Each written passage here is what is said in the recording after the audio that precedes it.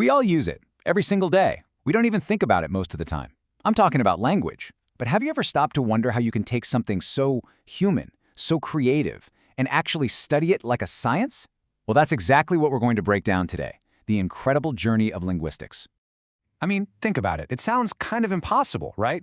Language is always changing, it's artistic, it's so personal. So how in the world do you pin it down and look at it objectively? That's the big question, and we're going to dig into it right now. So here's the plan. We'll kick things off with our basic human fascination with words. Then, we'll meet the original language detectives.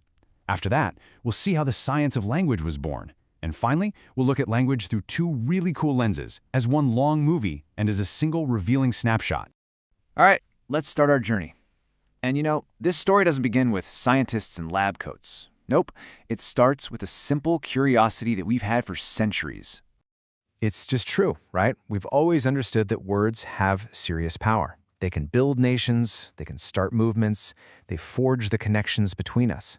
And for just as long, we've been trying to figure out where they come from and, how they actually work. This whole quest is what led to the very first attempts to study language. So, way before we had linguistics as a formal science, who were the people digging into all this? Well, let's just call them the original language detectives. Okay, first up, you've got philology. The best way to think about a philologist is like a literary archaeologist. Seriously, they dig through old, dusty texts, tracing the family tree of a word, that's its etymology, to understand not just the word itself, but the entire culture of the past. It's all about finding the story hidden in the written record. And then there's traditional grammar. Now, this is probably what you remember from English class. The main goal here isn't to figure out how people actually talk, but to set the rules for how they should talk. It was all about creating a standard for correct language, and a lot of the time, that standard was based on a prestigious language like Latin. But then, everything changed. A huge shift in thinking happened. Scholars started to say, hey, let's move beyond just history or just making up rules. What if we could turn the study of language into a real objective science? And boom, you get linguistics.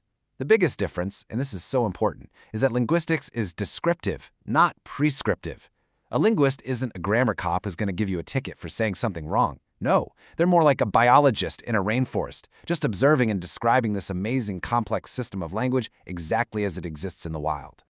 And this table just lays it all out so clearly. You can really see the shift. Philology is looking back at history. Traditional grammar is focused on a fixed set of rules. But linguistics? Linguistics is looking at the living, breathing system that's underneath it all. The goal completely changed from judging language to just understanding it. This quote right here gets to the absolute heart of it. Modern linguistics isn't about telling people they're wrong. It's about stepping back and appreciating the incredible, unbelievably complex system that every single one of us masters as a little kid, usually without a single formal lesson. It's amazing. Okay, so once linguistics got going as a science, it came up with two main ways of looking at language. The first one? Think of language as a feature-length movie, and you're watching the whole story unfold over centuries. This is called diachronic linguistics, and it's pretty simple if you break down the word. The prefix dia means through, and chronos means time. So it's literally the study of language through time. It's all about tracking how words, sounds, and even grammar rules evolve from one era to the next. And look at this. This is the diachronic view in action, and it's fantastic. We're watching the journey of a single word. It starts in Old English as huswife, a totally neutral term for the mistress of a house. A few hundred years later, it's housewife. But then a version of it, hussy, breaks off and takes on this completely negative meaning. That's language evolution, right there. But watching the whole movie is only one way to do it.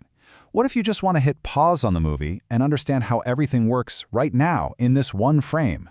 Well, that brings us to our second perspective, language as a snapshot.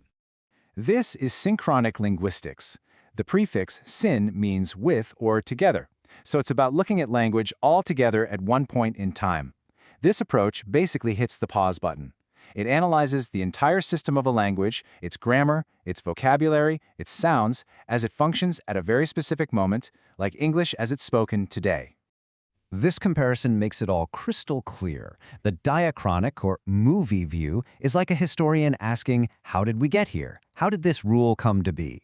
The synchronic, or snapshot view, is like an engineer asking, okay, how does this thing work right now? One traces the path of history, the other analyzes the current machine. And here's the really important part. These two views aren't fighting each other. They're partners. To get the complete, rich picture of any language, you absolutely need both. You need the history, the long movie, and you need the detailed analysis of the current system, the snapshot. So we've gone on this incredible journey, from just collecting old words and setting rules to scientifically describing the amazing system we all use. And we've learned that to really get it, we need both the long movie of its history and a sharp snapshot of its present. And that whole journey isn't just about words, it's really about understanding ourselves. Which leaves us with one last really cool question. Now that we have these powerful tools, what will language teach us next about who we are?